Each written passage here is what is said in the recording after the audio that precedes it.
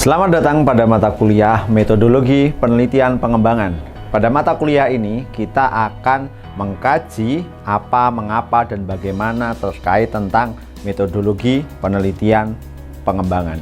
Yang pertama, kita akan membahas tentang pengertian dari penelitian pengembangan. Yang jelas ini berdasarkan intisari dari beberapa kajian-kajian buku maupun kajian dari pendapat ahli. Yang pertama, bahwa penelitian pengembangan yang pertama digunakan untuk mengembangkan suatu produk.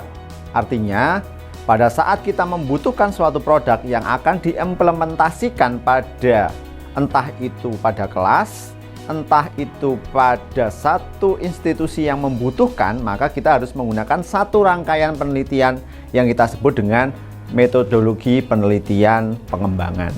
Yang kedua, sebelum itu dikembangkan, maka yang harus kita lakukan pertama adalah mengkaji atau meriset kebutuhan akan pengembangan itu. Jadi tidak boleh serta-merta kita menghasilkan satu produk tanpa kajian yang jelas. Yang kedua, kemudian setelah produk kemudian ada uji di depan dengan diawali dengan riset kebutuhan, maka akan ada nanti sebuah produk yang kita hasilkan itu adalah produk yang sudah teruji. Produknya macam-macam, bisa materi pembelajarannya, bisa sistem pembelajarannya. Nah, inilah yang kita sebut dengan penelitian pengembangan, atau istilah lainnya adalah penelitian R&D, Research and Development. Nah, kemudian dari kajian-kajian yang sudah kita intisarikan itu tadi, maka yang bisa kita lakukan adalah mengkaji dari para ahli.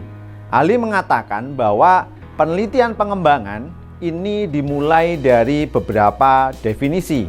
Definisi yang pertama itu menurut Gay, itu tahun 1990. Penelitian pengembangan ini adalah satu kegiatan pengembangan yang digunakan untuk menghasilkan satu produk yang kemudian digunakan dalam proses pembelajaran. Sedikit seirama dengan apa yang dinyatakan oleh Sigit Purnama. Dia mengatakan bahwa research and development ini adalah metode penelitian yang kemudian digunakan untuk menghasilkan satu produk, dan kemudian di endingnya kita akan menguji keefektifannya. Nah, kemudian definisi yang lebih jelas dan banyak sekali digunakan pada saat ini oleh peneliti-peneliti maupun di institusi-institusi LPTK lain adalah penelitian pengembangan, di mana dia disebutkan adalah a process use develop and validate educational product, di mana kalau kita mau menghasilkan satu produk yang berhubungan dengan institusi pendidikan, itulah yang kita sebut dengan penelitian pengembangan. Itu definisi yang sudah sangat melekat sehingga sering dipakai adalah bulk and gold. Nah, bagaimana cirinya biar kita bisa membedakan antara penelitian pengembangan, quasi eksperimen, kemudian ada penelitian tindakan kelas, ada kegiatan lesson study, nah itu jelas berbeda-beda. Nah, sehingga itu harus kita berikan definisi yang jelas, ada ciri-ciri penunjangnya. Yang pertama, dia harus spesifik dan kontekstual. Artinya, masalah yang digunakan itu harus benar dari kebutuhan yang nyata di kelas atau di situasi tertentu. Kita tidak boleh mendatangkan masalah, tapi kita memecahkan masalah itu. Yang kedua, harus ada upaya kolaboratif, di mana di sana ada kerjasama antara seorang peneliti dan seorang pengembang, yang kemudian harus terjalin relevan apa? Hubungan kolaborasinya untuk memecahkan suatu masalah tadi. Problem solving. Problem solving artinya di sana ada pembelajaran yang berorientasi pada pemecahan masalah.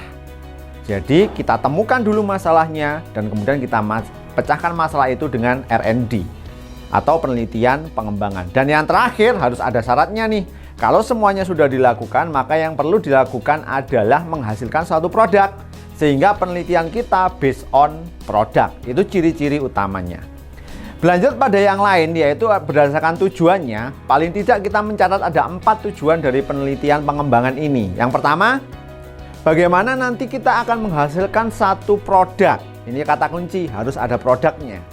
Yang kedua, bagaimana kita menciptakan produk baru, dan itu memang belum ada, benar-benar belum ada. Dan yang ketiga, kita harus pastikan bahwa itu kita melakukan problem solving atau memecahkan permasalahan yang ada, baik itu di lingkungan kelas atau di institusi pendidikan, dengan satu rangkaian prosedur cara model yang sudah kita tentukan di depan. Dan yang terakhir, kita gunakan untuk mengembangkan media atau alat bantu yang kemudian bisa kita gunakan untuk kehidupan manusia secara umum, terutama dalam lingkup pendidikan kalau kajiannya adalah di lembaga pencipta tenaga kependidikan atau kita sebut dengan LPTK atau di FKIP.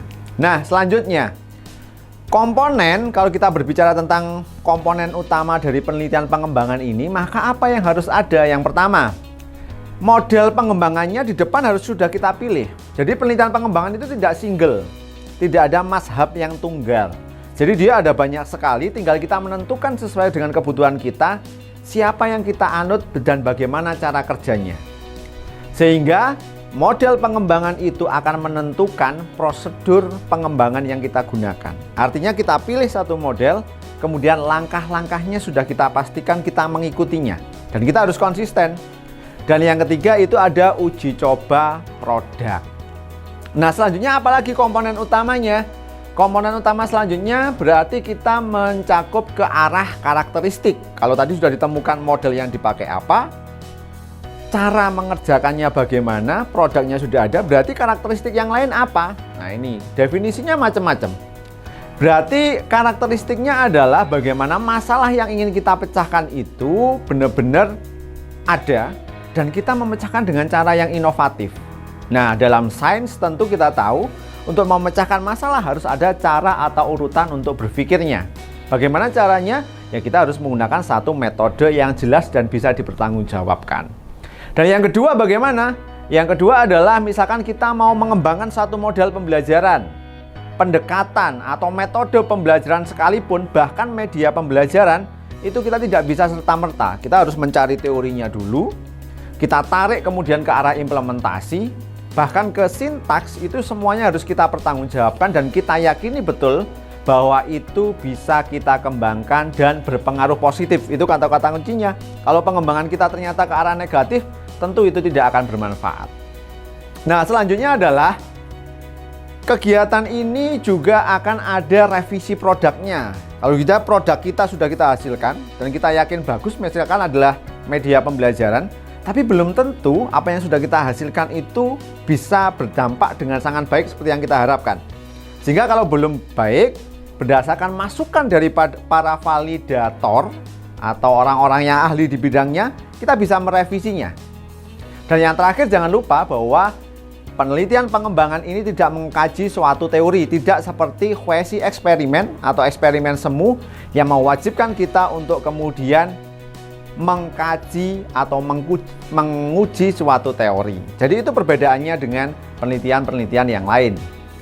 Berlanjut pada yang lain, yakni bagaimana langkahnya. Nah, ini yang paling umum karena ada box and goal tadi seperti yang kita acu di depan. Sebenarnya bukan hanya single ini saja penelitian pengembangan, ada banyak sekali.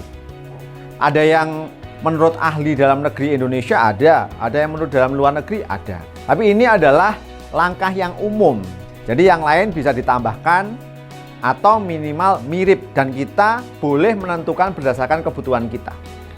Box and goal mengatakan kurang lebih ada 10 langkah tuh kegiatannya mulai dari awal.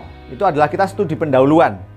Kita di sana melakukan penelitian dan pengumpulan data. Kira-kira apa nih yang bisa saya pecahkan? Dan kemudian yang kedua, kita merencanakan. Masalahnya sudah ketemu, kita sekarang merencanakan. Jadi rencana penelitiannya sudah, desain atau langkah-langkahnya sudah kita kaji. Dan itu kalau sudah tepat, maka kita sudah boleh menyusun produk awal. Kita kembangkan produk awalnya. Begitu produk awal itu sudah ada, kemudian tentu kita akan uji coba ke lapangan.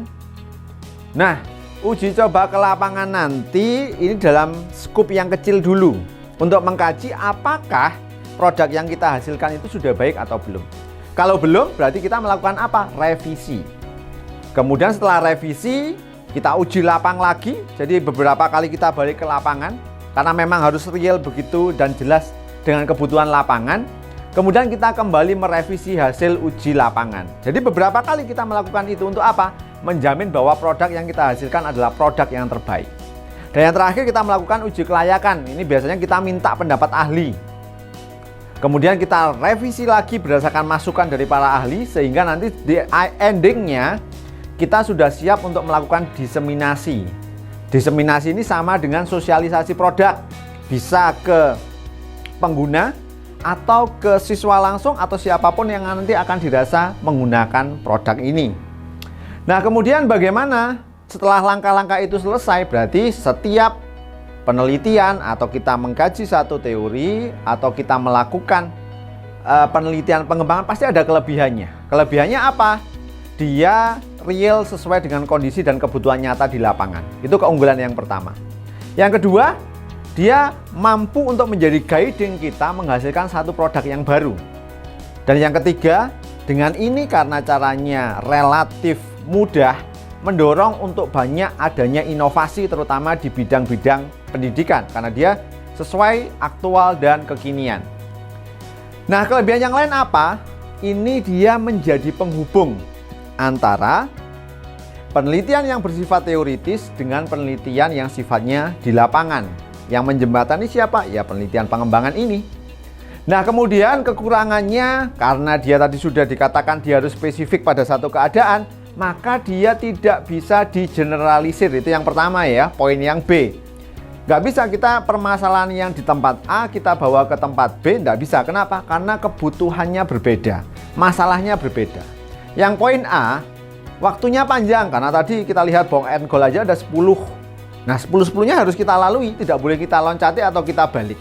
Dan yang terakhir, R&D ini memerlukan sumber daya dan sumber dana, serta kemampuan determinasi dari peneliti yang tinggi. Kenapa? Karena dia harus konsisten untuk melakukan kesemua langkah itu. Dan kemudian berangkat dari kelebihan dan kekurangan, nanti kita akan bisa menentukan apa saja. Ini adalah contoh-contoh judulnya.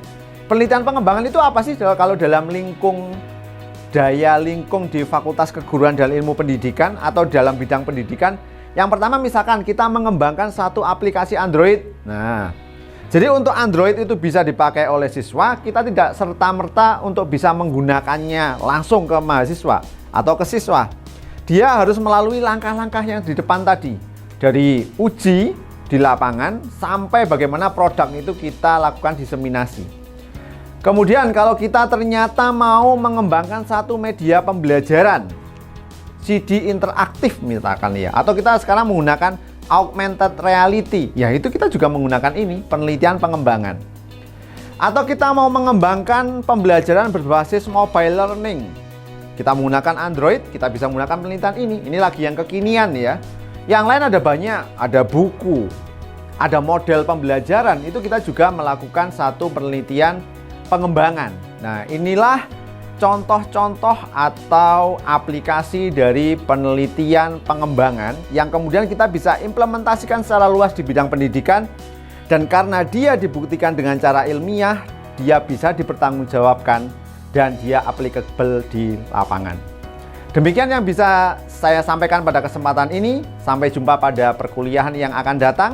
Assalamualaikum warahmatullahi wabarakatuh.